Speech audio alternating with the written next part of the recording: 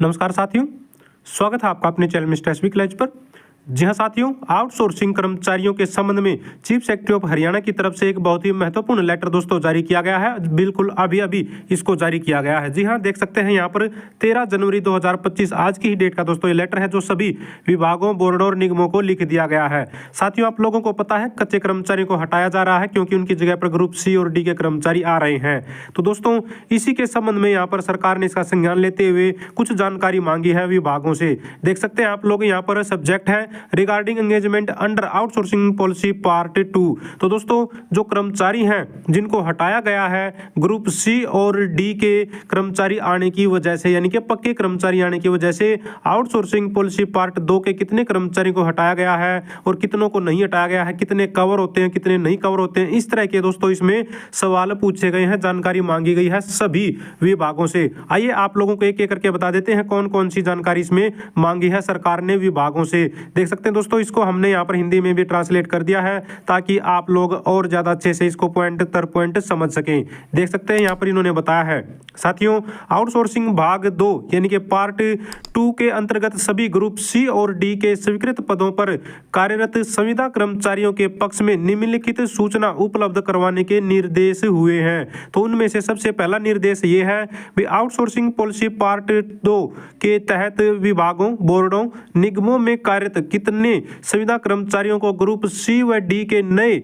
नियमित उम्मीदवारों के शामिल होने के कारण सेवा से मुक्त किया गया है। कृपया पदवार जानकारी भेजें, यानी कि पोस्ट की जानकारी भी भेजनी है। वो कर्मचारी जो हटाया गया है किस पोस्ट पर वो काम करता था और कितने कर्मचारी को हटाया गया है नए पक्के कर्मचारी आने की वजह से।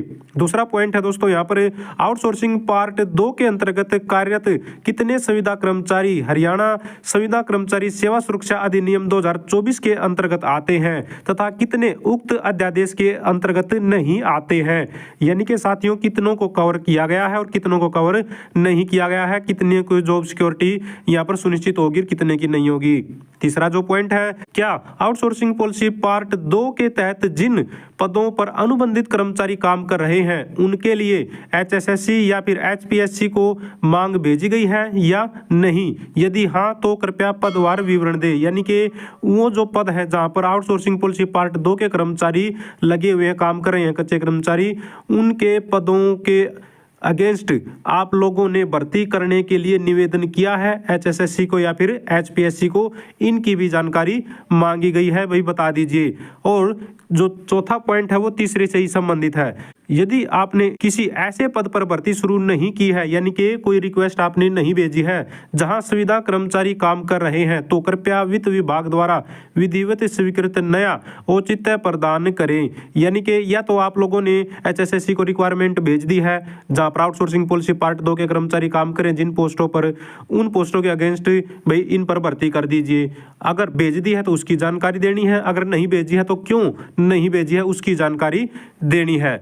और लास्ट में इन्होंने यहाँ पर दोस्तों बताया है कि अतः आपसे अनुरोध है कि उपरोक्त जानकारी यथाशीघ्र मानव संसाधन विभाग को भेजें ताकि आगे की कार्रवाई की जा सके। तो दोस्तों जो कर्मचारी को हटाया जा रहा है वो सरकार के संज्ञान में है, लेकिन यहाँ पर मुख्यतः बात अगर करें तो आउटसोर्सिंग पॉलिसी पार्ट 2 के कर्मचारियों की जानकारी मांगी गई है। आउटसोर्सिंग पॉलिसी पार्ट 2 के कर्मचारियों पर ज्यादा ध्यान यहाँ पर दिखाई दे रहा है। इस लेटर के अनुसार भाई कितने कर्मचारी हटाए गए हैं, कितने नहीं हटाए गए हैं, कितने जॉब सिक्योरिटी में कवर होते हैं, कितने नहीं होते हैं, कंप्लीट जानकारी सभी विभागों से मांग ली गई है। चीफ सेक्रेटरी ऑफ हरियाणा की ऑफिशियल वेबसाइट पर आप लोगों को ये लेटर मिल जाएगा।